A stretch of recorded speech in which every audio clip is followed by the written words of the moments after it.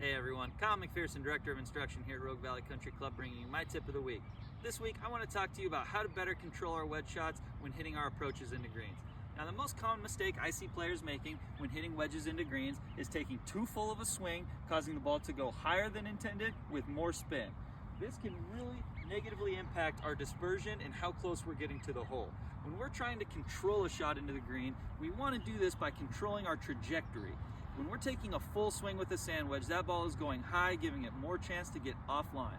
So the number one thing I recommend when hitting shots from 100 yards and in is drop down one club, whether it's from sand wedge to gap wedge or gap wedge to pitching wedge, and take a 70% swing. This is going to give us a little bit more control and hopefully give us a little bit better contact, giving us better odds of getting close to the hole. Now when we're trying to flight a wedge down or bring our trajectory down a little bit, there's a couple ways to do this. The first thing I'm going to have us do, I've moved down to my gap wedge, is we're going to keep that ball a little bit farther back in our stance than normal. If normally we want to play a sand wedge from a regular full swing right in the middle of our stance, we're going to move that ball back to just inside of our back foot. The next thing we're going to do is we're going to get a little shaft lean going. So normally I like to have that shaft lean pointed up just inside of our front hip.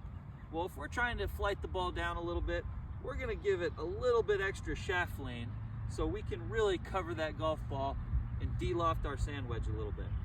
So as we come through, we want to let our arms drop and keep the butt of the club leading through impact. We do not want to be flipping or releasing on this shot. It's a very controlled back and through motion. Full speed now should look a little something like this.